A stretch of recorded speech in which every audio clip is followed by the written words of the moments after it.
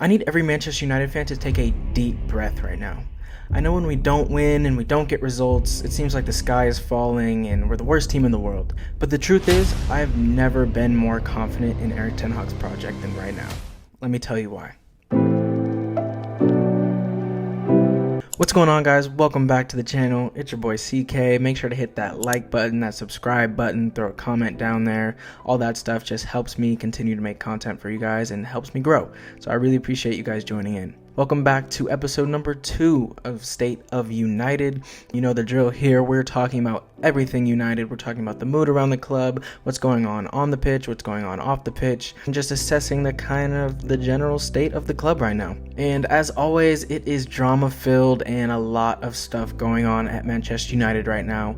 Coming off the back of a brutal result at Arsenal away, in which United were really unlucky not to at least take a point, in my opinion, and just a really brutal result for me. And I think, you know, it's always tough to not get what you deserve, and I think United definitely deserved at least a point there. And there's been a lot of differing kind of opinions on United's result and United's performance at Arsenal this past weekend, but I personally thought it was our best performance of the season, and I thought we played really well. A few things that I want to point out about that game. United went away to one of the top 5 teams in Europe without 4 or 5 first teamers and 2 more starting players getting injured, and we're about 2 centimeters away from walking out of the game with all 3 points. So I think people just need to take a step back and understand the context of what happened in this game. Now, we really saw Andre Onana's impact in this game. I think with, you know, Arsenal being one of the best pressing teams, you know, they have a really suffocating man-to-man press, and they really couldn't do that against us. You know, they tried to do that a couple times with Martinelli and Nketiah trying to press Andre Onana, and he would just find a simple ball to Casemiro or Eriksen, and they would spray it out to whichever direction the presser came from. And, you know, this was really effective, and it helped us, you know, keep the ball and kind of nullify Arsenal's main threat out of possession, which is the press. And we saw them kind of adapt a different strategy, which actually ended up working for them, which is basically conceding territory and settling into a nice 4-2-3-1 structure, and then just kind of, you know, betting on United not being able to break them down, which, you know, was a good bet. With our midfield profiles right now, that's never going to be our strength in terms of playing between the lines, and we were consistently unable to break that structure down. There were a few other interesting things about that game for sure. I thought it was a bit of, you know, kind of a cat and mouse sort of game. Within the first 20 minutes, teams were just kind of trying to fill each other out.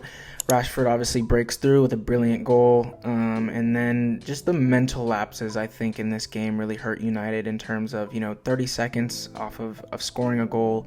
We concede a goal to Odegaard with a bunch of different mistakes. Antony jumping out and leaving Zinchenko, who was able to progress the ball to Nketiah, Martinelli, and then Eriksen leaves Odegaard open for the goal. Really disappointing to concede right away, but, you know, it's just those small mental lapses. And then just a lack of quality. I mentioned at the beginning, but, you know, we're coming in with injuries. We're finishing the game with Maguire and Johnny Evans. They're bringing on Fabio Vieira and Gabriel Jesus, and I think that kind of tells the story right there. So I think, again, United were really unlucky not to come away with at least a point, in my opinion. You know, what a moment that would have been if Garnacho could have stolen all 3 points for us. But, you know, I think it was another good performance. It's really brutal to not come away with any points and kind of consistently be on the short end of the stick in terms of results in these games, but I do think there are a lot of positives. And one of the main positives, I would say, is the debut of Rasmus Højlund. We finally got to see this guy in action. A lot of talk, you know, we finally get our number 9 over the summer, and I think he was really impressive. Going up against Saliba and Gabriel on your debut, that's probably one of the toughest tests you're going to get in the Premier League, and so for him to do what he did in terms of, you know, kind of manhandling Gabriel at some points, winning a lot of battles, just a night and day difference, especially to Martial, who's getting bullied for 60-65 minutes, and then you sub on Højlund, you know, 6'4", brute Scandinavian strength, and he's able to actually hold the ball up for us, created a couple chances just off of his ability to keep the ball up there. It also gave us an outlet ball. You know, so many times we saw Onana trying to go long, but there was just no one, there was no one there to hold the ball up for us, and so Højlund, I think, is really a gem, and I think he's going to be a great player for us going forward. I'm excited to see him against Brighton. Hopefully he'll get a start, but I was really impressed with Rasmus Højlund. And, you know, a tough result going into the international break, but I think the international break is coming at a really good time for us. I think with the injuries especially, just giving guys a week break, 2-week break to, recover, recoup.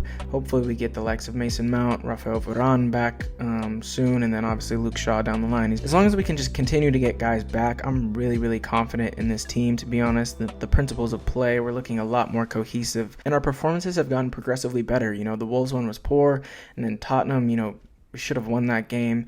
And then Nottingham Forest, besides that first 5 minutes, I thought we played well. And then Arsenal even better. So I'm confident. We saw Kobe Mainoo post on Instagram today that, the clock is ticking, like he's almost there. So hopefully we can get him back as well. And I think this international break will give people, a lot of time to just kind of recover and get healthy. And along with some bodies we're getting back, we're also getting some fresh new bodies. United made a few signings near the end of the transfer window. A loan deal for Sofiane Amrabat and Sergio Reguilon, and I've talked about this on my Twitter, did a whole kind of breakdown on Sofiane Amrabat, but I really think he's going to be a transformative signing for us. He gives us so much versatility and a profile that we desperately need in a controller. His volume passing, his tempo setting, his work rate off the ball, as I mentioned, his versatility in terms of playing as a conservative 8, playing in a pivot or playing in a lone 6, I think is going to open up so many options for this midfield and kind of unlock a lot of things that have been pretty rigid over the past few months. We've kind of addressed the on the pitch stuff. Let's go to some of this drama off the pitch, because shortly after the Arsenal game, Ten Hag was asked kind of about why Sancho was not picked. When the traveling list got released, Sancho was a big question. People were wondering, is he injured? Is he sick? Kind of what's going on? And Ten Hag answered the question and said that Sancho basically wasn't picked because of his training habits. And, you have to meet the standard of Manchester United every day. And that's just something that Sancho didn't do this week. And so he wasn't selected. Then shortly after that, Sancho released a huge statement on his Twitter, basically saying, I've conducted myself well in training this week. Don't believe what you hear. I've been scapegoated. And so this turned into a whole thing right after the Arsenal game. And it was just kind of a double blow there for fans and continuing the drama of Manchester United. Now with this, I definitely think Sancho overreacted. And I thought it was really irresponsible and immature from him. If you look at the actual video of what Erik Ten Hag said, I don't think he said anything wrong. I don't think he was disrespectful in any way. He answered the question maybe 2 or 3 words and then only expanded when the reporter asked him another question. So I think it was really poor judgment from Sancho to release something like that and basically call Erik Ten Hag a liar, saying, I've actually conducted myself well in training, when Erik Ten Hag said the complete opposite. That's the exact reason why he wasn't chosen. I just think it was a little bit childish from Jadon Sancho, and I'm not sure how this situation is going to be resolved. We saw he was registered in the Champions League squad, so he's going to be a part of the team, but that sort of stuff can really fracture an already fragile relationship that he clearly has with Ten Hag.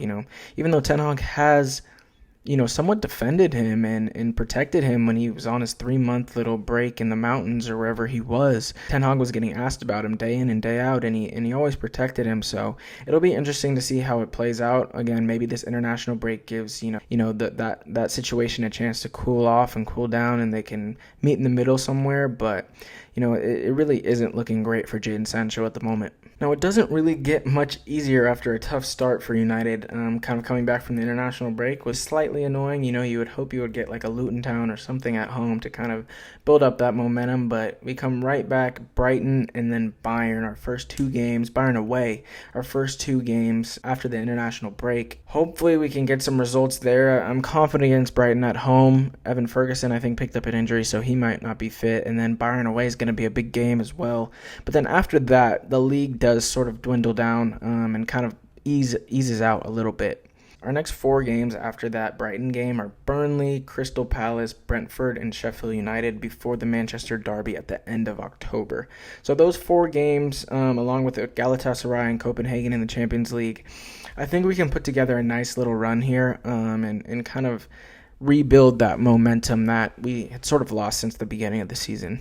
But yeah, guys, overall, I think I'm more optimistic about this team than a lot of people are. I know it's easy to get caught in that kind of social media vacuum of like everything's wrong with this team, nothing's going right, but Other than that Wolves game, I think the performances have actually been really good. We've gotten some guys in the door that I think will really bolster their team, especially Sofiane Amrabat. We're going to get some guys back from injury, and I don't think it's time to panic yet whatsoever. We'll kind of see where this team is at Christmas and then kind of assess that, but as of right now, I still think we're going in the right direction, and some of these results will definitely start to come our way. Really appreciate you guys tuning in. It's been another episode of the State of United. We'll be back next week to preview the weekend games. And yeah, I'll see you guys on the next one. Peace.